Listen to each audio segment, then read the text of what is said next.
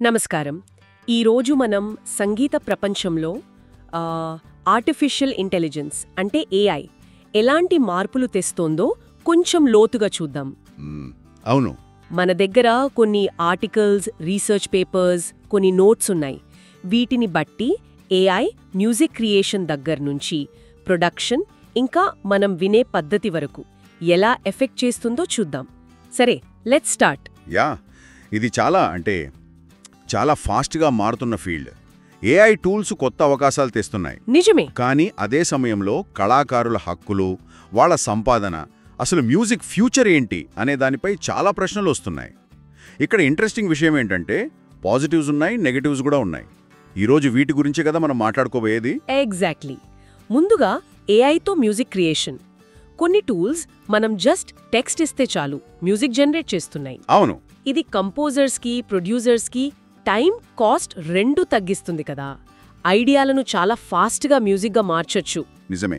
Accessibility అయితే బాగా పెరిగింది. ఎవరైనా ట్రై చేయొచ్చు. కానీ ఏఐ జనరేట్ చేసిన మ్యూజిక్లో ఒరిజినాలిటీ, ఆ ఇమోషనల్ డెప్త్ ఎంత ఉంటుంది? అది పాయింటే. అల్గోరిథమ్స్ అన్ని పాపులర్ ట్రెండ్స్నే ఫాలో అయితే మ్యూజిక్ అంతా ఒకేలా అంటే హోమోజనైజ్ అయిపోయే ప్రమాదం ఉందా? అంటే వెరైటీ పోతుందంటారా? ఆ రిస్క్ ఉంది. ఇది క్రియేటివిటీకి ఒక రకంగా ఛాలెంజ్ విసరొచ్చు. ఇక ఫిల్మ్ స్కోరింగ్లో కూడా ఏఐ వాడుతున్నారని మన సోర్సెస్ చెప్తున్నాయి. స్పాటింగ్ సెషన్స్లో హెల్ప్ చేయడం, క్యూ షీట్స్ రెడీ చేయడం, అవును, సీన్కి తగ్గట్టు మ్యూజిక్ ప్రాంప్ట్స్ ఇవ్వడానికి ఎల్ఎల్ఎమ్స్ వాడటం, ఆ తర్వాత DAW అంటే డిజిటల్ ఆడియో వర్క్ స్టేషన్లో ఇంటిగ్రేట్ చేయడం, మొత్తం వర్క్ ఫ్లో మారుతోంది అంటున్నారు. ప్రస్తుతానికి చిన్న చిన్న క్లిప్స్ 30 సెకండ్లవి బాగానే చేస్తున్నాయి. కానీ లాంగ్ ఫార్మాట్ మ్యూజిక్ ఇంకా లేట్ మోటివ్స్ లాంటివి, అంటే ఒక క్యారెక్టర్కో ఇమోషన్కో ఇచ్చే మ్యూజిక్ థీమ్స్ అన్నమాట, వాటిని డెవలప్ చేయడంలో ఇంకా లిమిటేషన్స్ ఉన్నాయి. ఓకే. ఇంకా ఆడియో క్వాలిటీ కూడా అది స్టూడియో లెవెల్కి రావాలి. దానికోసం ఏం చేస్తున్నారంటే ఏఐ ఇచ్చిన ఆడియోని మిడీగా మార్చి మళ్లీ DAWలో ఎక్స్పర్ట్స్తో రీక్రియేట్ చేస్తున్నారు. అంటే మళ్లీ మనుషుల ఇన్వాల్వ్మెంట్ అవసరమన్నమాట. ఖచ్చితంగా. ఏఐని ఎఫెక్టివ్గా వాడాలన్నా కూడా మంచి మ్యూజిక్ ప్రొడక్షన్ స్కిల్స్ ఉండాలి. మరి కళాకారులపై దీని ప్రభావం? రీసెంట్గా ఎంటర్టైన్మెంట్ ఇండస్ట్రీలో కొన్ని చర్చలు జరిగాయి కదా. ఏఐ వల్ల జాబ్స్ పోతాయని భయపడుతున్నారు, ముఖ్యంగా మ్యూజిక్ సూపర్వైజర్లు, కంపోజర్లు. అవును, ఆ ఆందోళన ఉంది. వాళ్ల అవకాశాలు తగ్గుతాయేమోనని. రాయల్టీల విషయంలో కూడా కొన్ని పెద్ద కంపెనీల నిర్ణయాలు కొంచెం కాంట్రవర్సీ అయ్యాయి. కొందరు ఆర్టిస్టులైతే తమ వాయిస్ని, స్టైల్ని ఏఐ కాపీ కొడుతుందని, తమకు సరైన కాంపెన్సేషన్, పర్మిషన్ లేకుండా తమ వర్క్ని ట్రైనింగ్కి వాడుకుంటున్నారని అంటున్నారు. దీనిపై ఒక ఆర్టిస్ట్ రైట్స్ గ్రూప్ లెటర్ కూడా రాసింది కదా. ఇక్కడ మెయిన్ ఇష్యూస్ అవే. కాపీరైట్ ఉల్లంఘనలు, ఓనర్షిప్ ఎవరిది, ఏఐ డెవలపర్దా, ఆర్టిస్ట్దా, ఫేర్ పేమెంట్ ఎలా, ఇవన్నీ చాలా కాంప్లెక్స్ ఇష్యూస్. అవును. ఇంకో విషయం, ఏఐ ట్రైనింగ్ డేటాలో బయాస్ ఉంటే, అంటే అల్గరిథమిక్ బయాస్ అంటారో, అది మ్యూజిక్ రికమెండేషన్స్లో, ఆర్టిస్టుల విజిబిలిటీలో తేడాలు తీసుకురావచ్చు. అంటే కొందరికే ఎక్కువ ప్రమోషన్ దొరికే ఛాన్స్ ఉందంటారా? ఎగ్జాక్ట్లీ. కొన్ని రకాల మ్యూజిక్కి కొందరు ఆర్టిస్టులకే ఎక్కువ ఇంపార్టెన్స్ దొరికి మిగతా వాళ్ళు వెనకబడిపోవచ్చు. అందుకే ట్రాన్స్పరెన్సీ, అకౌంటబిలిటీ చాలా అవసరమని ఎక్స్పర్ట్స్ చెప్తున్నారు. ఏఐని ఎలా రెగ్యులేట్ చేయాలనేది ఇప్పుడు పెద్ద డిబేట్. మనం మ్యూజిక్ వినే విధానంలో కూడా ఏఐ మార్పులు తెస్తోంది కదా. కొన్ని స్ట్రీమింగ్ యాప్స్లో ఏఐ డీజే లాంటివి మన టేస్ట్కి తగ్గట్టు సాంగ్స్ ప్లే చేస్తున్నాయి. అవును. యూజర్ ఇంటర్ఫేస్ని కూడా ఏఐ కస్టమైజ్ చేస్తుందట.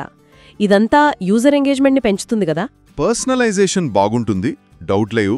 కానీ ఇక్కడ డేటా ప్రైవసీ అనేది చాలా ఇంపార్టెంట్. మన డేటాని ఎలా వాడుతున్నారో క్లారిటీ ఉండాలి. కరెక్ట్.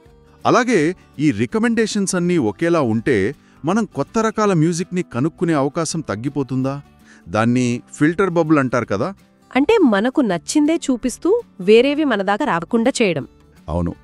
అది లాంగ్ రన్లో మ్యూజిక్ డైవర్సిటీకి మంచిది కాకపోవచ్చు. చివరిగా హ్యూమన్ క్రియేటివిటీ వర్సెస్ ఏఐ. కొన్ని ఆన్లైన్ ఫోరమ్స్లో దీనిపై భలే డిస్కషన్స్ జరుగుతున్నాయి. అసలు మనుషులు చేసిన మ్యూజిక్కి ఫ్యూచర్లో వాల్యూ ఉంటుందా, లేక ఏఐ వల్ల లైవ్ పర్ఫార్మెన్స్లకు డిమాండ్ పెరుగుతుందా? చాలామంది దీన్ని ఒక టూల్గానే చూస్తున్నారు ప్రస్తుతానికి.